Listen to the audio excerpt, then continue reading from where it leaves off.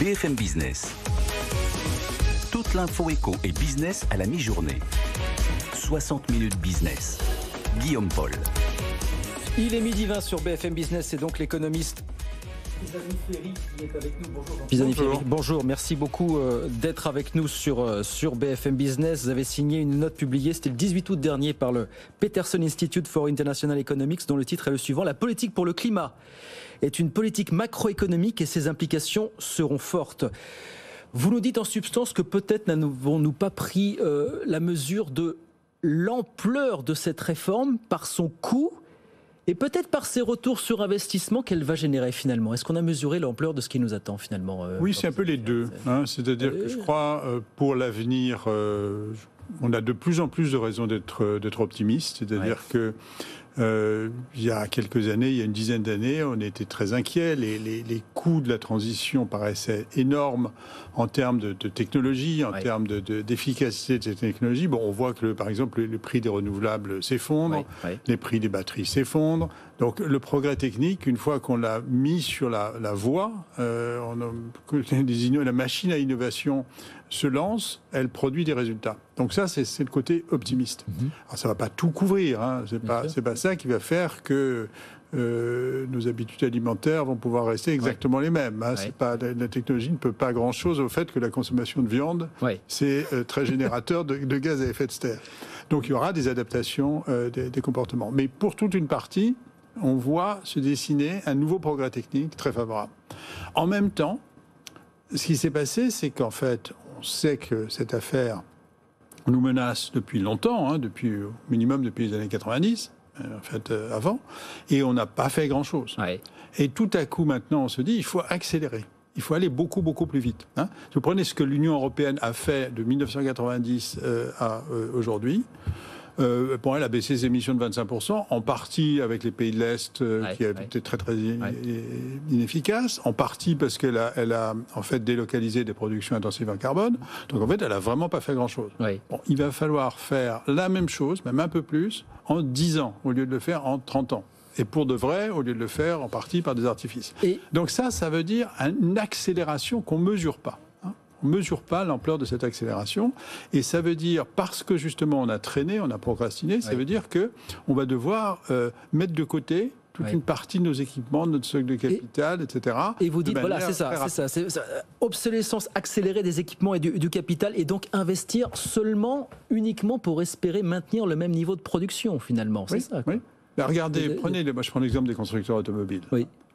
Audi a annoncé qu'ils mettaient en vente leur dernier véhicule thermique en 2025, car ils arrêtaient complètement de vendre des véhicules thermiques en 2032. Ben c'est demain. Ça veut dire que toute la filière thermique qui travaille pour Audi, elle est morte quasiment dès aujourd'hui. On ne va pas faire un seul investissement. On ne va pas faire une seule recherche. Bon. Donc c'est ça l'accélération, si vous voulez. Et donc il va falloir effectivement qu'on investisse plus pour l'électrique, pour en fait substituer de l'électrique au thermique. Et c'est beaucoup d'investissements. C'est 2 points de PIB d'investissement. 2 points de PIB mondial d'investissement. Quand on nous parle de croissance verte et qu'on nous parle des gisements d'emplois, des retombées ultérieures, parce que c'est comme ça, pardon de le dire comme ça, qu'on nous l'a vendu bien souvent. Est-ce que pour vous, on est trop optimiste? Bruxelles parle de croissance verte. Oui, Bruxelles parle de croissance verte. Joe Biden parle de croissance verte. C'est toujours le même discours. C'est des bons emplois, c'est des emplois pas délocalisables, etc. Bon, c'est pas complètement faux. C'est vrai qu'il va y avoir beaucoup d'emplois à créer, à développer dans ces métiers, dans l'infrastructure, dans la rénovation thermique, etc. Bon, on aura quelques problèmes de compétences. Bien sûr, donc ça va pas être facile. Mais ceci, ça veut pas dire qu'on a des capacités d'expansion infinies, si vous voulez. On a aussi, et on le voit bien aujourd'hui, dans le contexte actuel, on a aussi des contraintes du côté de l'offre. Bien sûr. Donc, ça ne veut pas dire, si vous voulez, ces scénarios, ils reposent sur l'idée qu'il suffit de faire de l'investissement, la croissance va augmenter. En partie, c'est vrai. En partie, c'est pas vrai. Et ça veut dire aussi réallouer des ressources de la consommation vers les investissements. Voilà, quelque part. C'est aussi ça, finalement. Si dans le monde entier, on investit beaucoup plus, ça veut dire qu'à la capacité de production donnée, on aura moins pour la consommation. Donc, ce que je dis, c'est, je ne veux pas tenir un discours catastrophiste du tout. Hein. Je dis simplement, regardons ça de près. Arrêtons de nous raconter des histoires. Arrêtons de nous raconter des contes de fées. Arrêtons de nous dire que tout ça va se passer facilement. Ça va être compliqué, ne serait-ce parce qu'il va falloir faire passer des salariés de certains secteurs à d'autres. Il y a des usines qui vont fermer, il y a des secteurs qui vont être complètement en panne, et cette transformation, elle va être difficile. On l'a connu avec les transformations industrielles, on sait à quel point c'est difficile. Comment on fait la pédagogie, comment on fait l'apprentissage auprès du grand public de cette transition? L'expérience récente, fait référence aux Gilets jaunes, nous a montré que tout ça n'était pas aisé aujourd'hui. Voilà, est-ce que... C'est pas aisé, mais l'opinion publique elle est de plus en plus convaincue en même temps. Hein, elle est très frappée par tout ce qui s'est passé, tous les événements climatiques. Elle est aussi très frappée par le fait que le Covid lui a donné une mesure de la fragilité en fait des sociétés très sophistiquées, de leur vulnérabilité à des phénomènes naturels.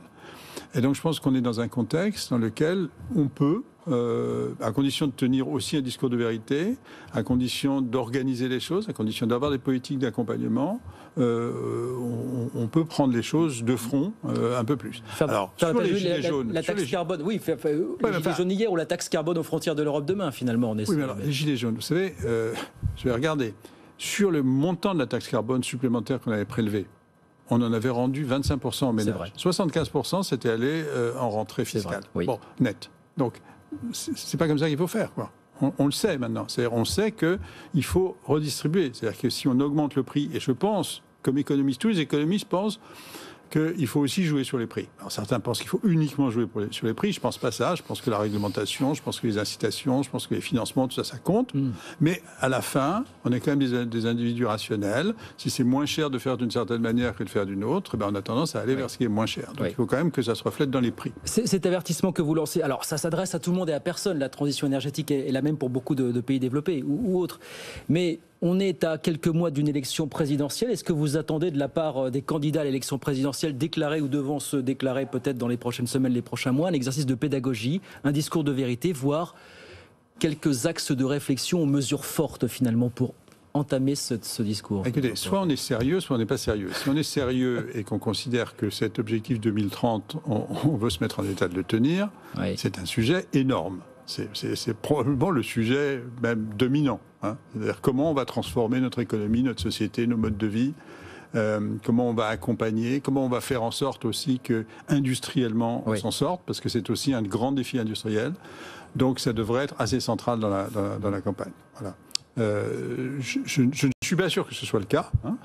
Je le souhaite vivement. C'est un enjeu de pédagogie, c'est un enjeu de formation, de reconversion. C'est un enjeu de pédagogie, c'est un enjeu de programmation, c'est un enjeu de mise en place des instruments, c'est un enjeu d'effort collectif. Hein.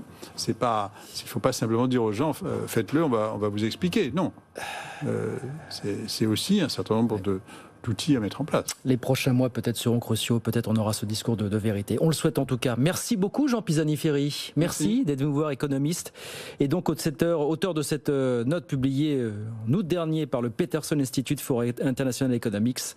La politique pour le climat est une politique macroéconomique et ses implications seront fortes. Merci d'être venu. Et bientôt en français sur le grand continent.